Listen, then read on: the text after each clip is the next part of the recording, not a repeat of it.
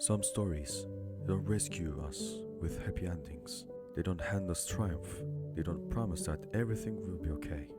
But somehow, they give us something stronger. They give us reason. They give us the courage to dream, even when it hurts. Let's talk about three of those stories.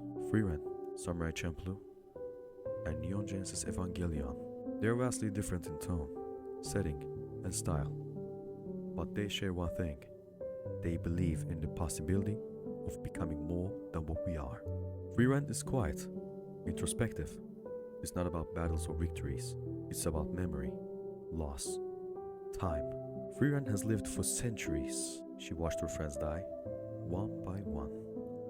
And when the story begins, she seems hollow, a ghost of a person.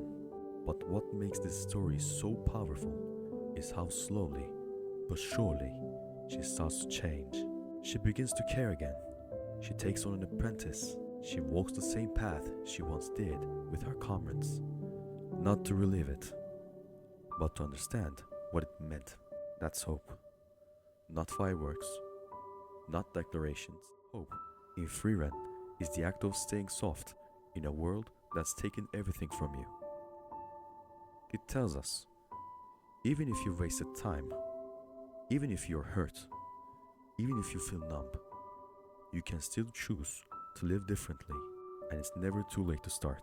Then there's Samurai Champloo, a story about three misfits with no home, no past they want to return to. Mugen, the wild dog who is always fighting. Jin, the disciplined warrior weighed down by guilt. And Fu, the girl with a dream, looking for a sunflower samurai. They're not heroes. They don't even like each other at first. But somehow, by walking the same path, they become kind of a family. The show doesn't pretend life is easy. They're hunted, betrayed, beaten, but they keep going.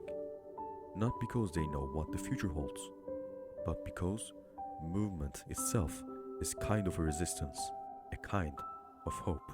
Samurai Champloo reminds us that dreams don't have to be grand or world-changing. Sometimes, just finding your people is enough. Sometimes, just taking one step forward is enough. And sometimes, that's the only dream worth chasing.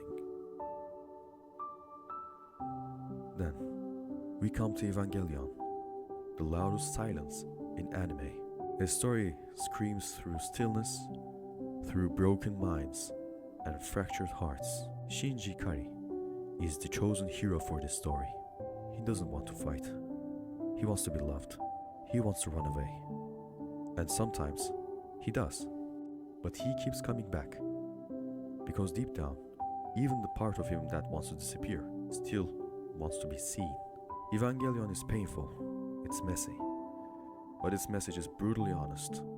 Even if you are terrified, even if you feel empty, you are still allowed to exist. Shinji's struggle is ours.